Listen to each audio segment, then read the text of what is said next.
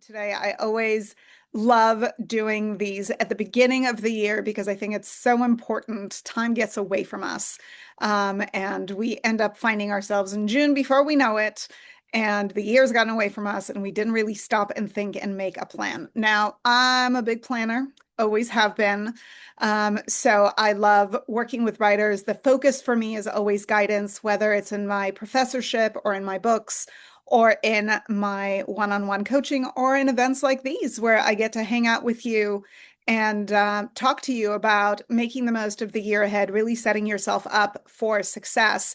Because ultimately, myself, Script Pipeline, everybody in this screenwriting space, and especially the sector of the industry that is supporting screenwriters, we are rooting for your success. We want to see how you push your career forward. We're believers in everything that you can do, everything that is possible for writers, because we've seen it firsthand. And so I get to have a really fun job of supporting writers. I can tell you, I know that last year has been in flux, and we come through a number of years where the industry has had a lot of ups and downs. I recorded an on the page podcast at the end of the year that was a year in review, which I do with Pilar Alessandra that runs the podcast every year. And I find that this last one was fun to record because we're in a much better place.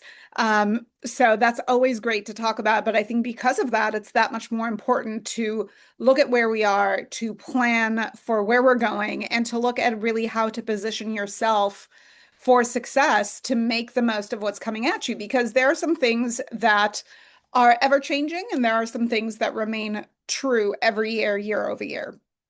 So what's ever changing and what remains true? Let's start there.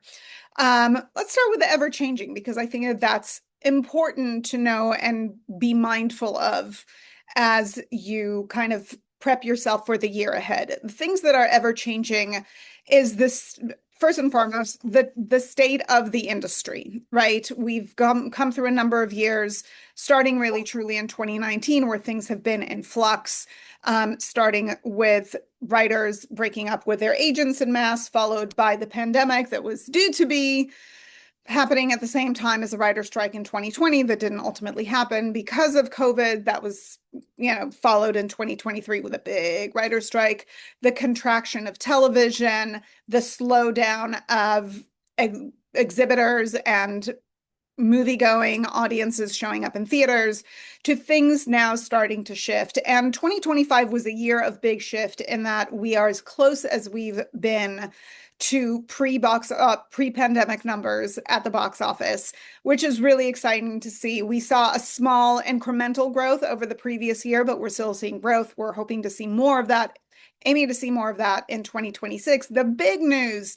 for 2025 and screenwriters, and this is, again, those interchanging elements, is that 2025 was a big year for spec screenplays for original stories.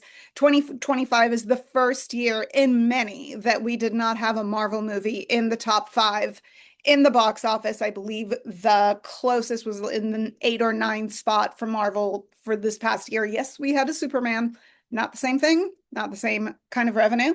And we saw a lot of smaller movies like Weapons and Sinners and a slew of others that are making up that distance in the box office, bringing original storytelling back to the box office and showing us that movie-going audiences are indeed and in fact going to see those movies, which is really exciting. And the response for that has been in the spec market.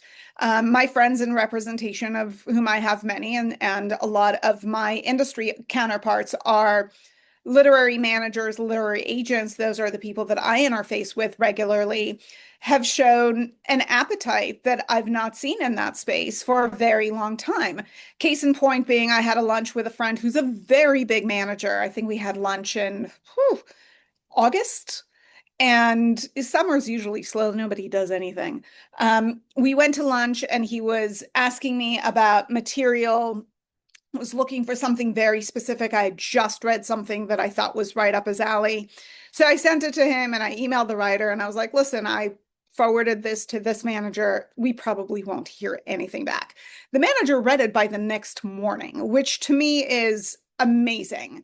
Um, you just don't see that happening. With the year starting, I can tell you that I heard from two different writers that I'm working with, that are my ongoing coaching clients, that based on the work that they did in 2025 and reaching out to representatives, I have two writers that have manager meetings that are coming up next week, which is just what it tells me, is that the appetite continues to grow. I also did a panel last year with a manager who is known to be a little doom and gloom, which, we all need a little bit of that, I suppose.